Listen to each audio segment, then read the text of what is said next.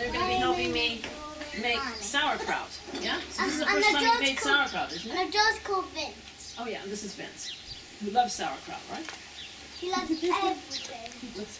So this is a fermenting class, and what we're going to do is we're going to make one of the products that you can make, which is with cabbage, and that's sauerkraut.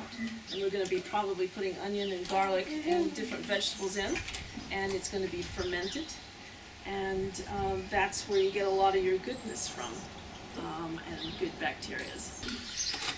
Okay, so you can either grate it up, or you can finely chop it. Yeah? You want me to get you some ready so that you can start squishing it? Because what you're going to do is start to bruise it in the bowl, and we're going to add salt. And the salt helps to start the fermentation. Just chopping this up, and you can grate it or chop it, but it has to be fine.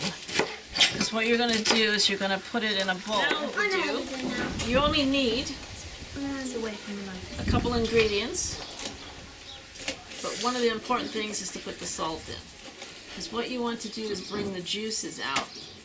The salt to use is the Himalayan salt because of the nutrients that are actually in the salt. So you don't want to use table salt because it doesn't have anything in it. So you can use sea salt, but the Himalayan salt is the best to get. Now, fermentation is not something new.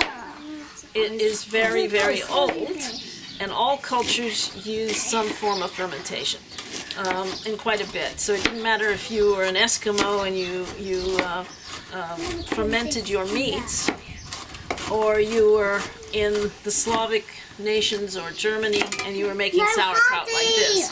And the reason they did that was to preserve their vegetables and fruits and meats because they had no refrigeration. And this is the way they used to also trade with fruits and vegetables, is by doing exactly this, allowing it to ferment. But also what is so important about it is this is what really builds up good bacteria in the digestive tract and in the colon, and that's what keeps you well. The carrots are going to be also grated. So the smaller it is, the better that you can start doing sauerkraut, because it's easy for kids to learn about culture through cabbage, and it's one of the easier ones to make. Cabbage has these microorganisms in it, and it creates this lactic acid, and this is what's going to be part of the preservative, but it's also what breaks up the nutrients that are actually in the cabbage so that you can digest them very well. And this is what's going to create this really good nurturing side of the bacteria that we need, that are really excellent for the gut, for the colon. So do you think that you've ever eaten any fermented foods before? Yeah. What would be a fermented food? Do you know of one? It's this one. There's a really good one you probably have had, and it's yogurt. So a good yogurt has live bacteria in it. On top of Yeah? Put them in my hand. Okay. Put it all in my hand. No. So why are we putting the salt on? Nothing. So we're gonna bring the juices out of the cabbage. So that's what we need to do for it to start to ferment. Yeah. So what's happening right now is it's getting nice and watery in here. So this is what we need. I need somebody to squish these because we got to get them ready. Do I have a squisher here? Now it's bringing the water out. That's good. Now you're squishing it really good. So just get it in your fingers and yeah, that's it. That's really good. More? It's going to start getting more and more juicy. Vincent. The juices will come out. Let me get some carrot going.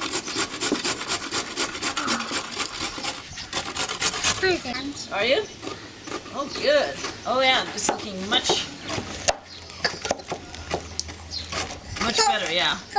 So turn it around in there. One of the interesting things also about fermenting foods that came out in the 1700s was Captain James Cook, the English navigator and sailor. In there, yes, you can put it in there. There was always a huge problem with scurvy on board ships, what scurvy was the lack of vitamin C. So on board they would use a lot of dried goods and a lot of beans and flour, so they were missing out on fruits and vegetables.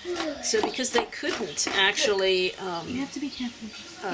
take all these fruit and vegetables with them on board, because it'd be months and months before they might get to port. They didn't have access to fruits and vegetables that were fresh on board, because you only had so much room to carry your cargo. And so this was a very important thing that wouldn't spoil, it wouldn't go off, and it had the vitamin C in it. So this stopped the problem with scurvy. So how's is yours getting wet in there? Is it getting damp? It's getting wetter. Is it getting wetter? Okay, now shall we put some beetroot in? Oh my hand. Why are we doing Hardy, this? Mummy's decided you're not using the grater anymore because it's very dangerous for your fingers. Did you squish it enough?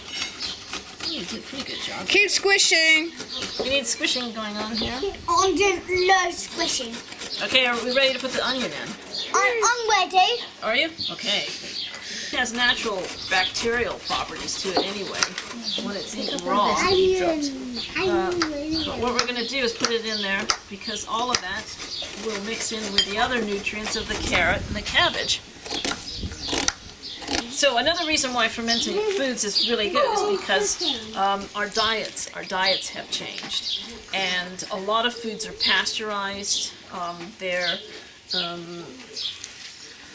All their properties are taken away, so we don't have the full food any longer, and foods are not produced the same way. So that reduces the gut flora, and that makes you more susceptible to infections and disease. So fermented foods, when they started to diminish and they weren't used as much and people started to go to more convenience type foods, we lost a lot of these beautiful bacteria that we need to have in order to stay healthy. One of the reasons why you want it small also is because you're going to pack it into the jar, and you don't want air pockets in there, because what you're going to see is you're going to see bubbles lifting up.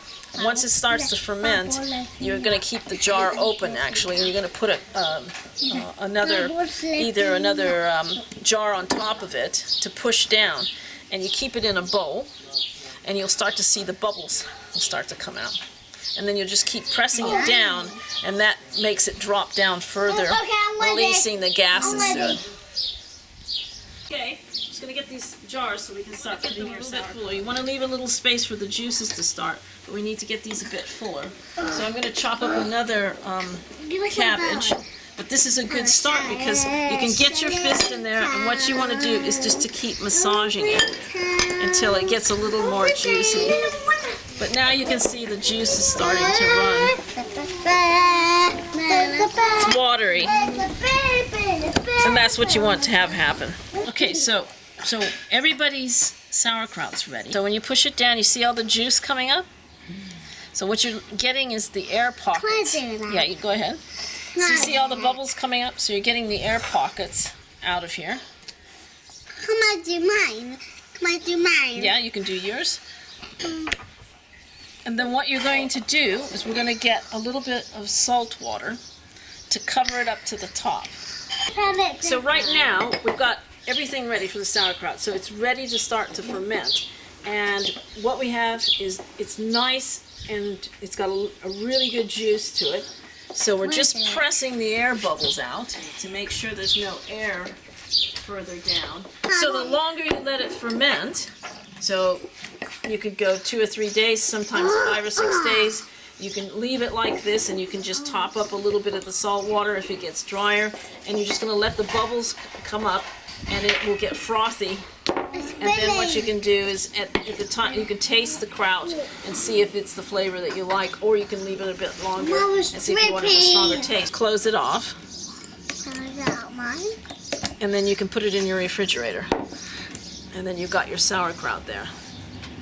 If you want to store it, then you definitely, it's better to get the sealing ones, or you can get the screw top ones, but you just want to make sure that you've got the water level above the vegetables, because then if you do get a bit of molding at the top, then just scoop it out, and the rest is fine because it's fermented. Okay, and that's it for right now. So hey crew, are we gonna say goodbye?